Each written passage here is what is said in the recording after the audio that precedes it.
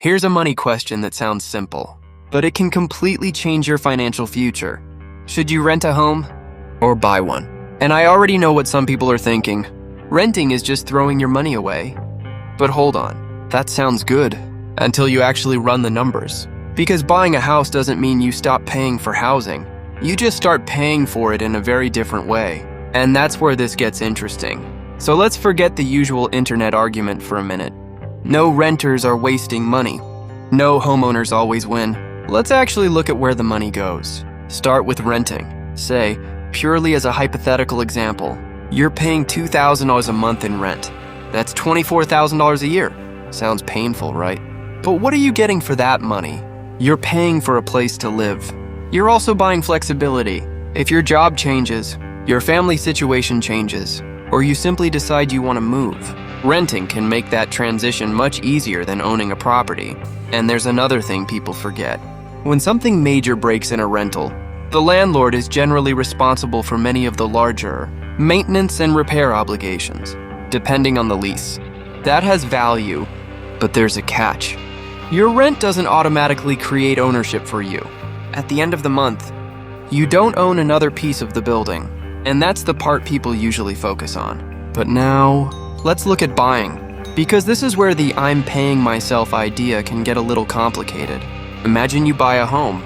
Your mortgage payment might look manageable on paper, but the mortgage is not necessarily the entire cost of owning that home. You may also have property taxes, homeowner's insurance, and depending on the loan, private mortgage insurance. There could be HOA fees. Then there's maintenance. A roof can fail, an air conditioner can quit, a water heater can die at exactly the wrong time, and nobody sends you a refund because the repair wasn't in your budget. That doesn't mean buying is bad. Far from it. Homeownership can build equity over time. You have more control over the property. And if the home appreciates, you may benefit from that increase in value. But there is another cost that almost never appears in the emotional rent is wasted money argument. Opportunity cost. Imagine you have a large amount of cash available for a down payment. That money is now tied up in the house. You can't simply treat it like cash sitting in your bank account. And if you spend thousands on closing costs, repairs, furniture, or renovations, that money is gone from your other investment opportunities. So here's the question we should really be asking. Not, is renting throwing money away? And not, is buying always the smart move? The better question is, what am I getting for every dollar I spend? Because renting and buying are not just two different ways to pay for a roof. They are two different financial decisions, and the right answer can change completely depending on your situation. Now let's make this even more interesting. Imagine two people each have the ability to spend around $2,000 a month on housing. Person A rents, person B buys. At first glance, you might think person B automatically wins, but we haven't calculated everything yet. Person B may have a mortgage, but also property taxes, insurance, maintenance, and possibly HOA fees. Person A may have rent, but could keep more money available for emergencies or investments. Now add another factor. How long are they staying? If someone plans to move again in a couple of years, buying may involve costs that are difficult to justify over such a short period. But if someone expects to stay in the same home for many years, the calculation can look very different. That's because buying gives you something renting usually doesn't. Equity. Part of your mortgage. Payments can gradually increase your ownership stake in the property. And over a long enough period, that can become meaningful.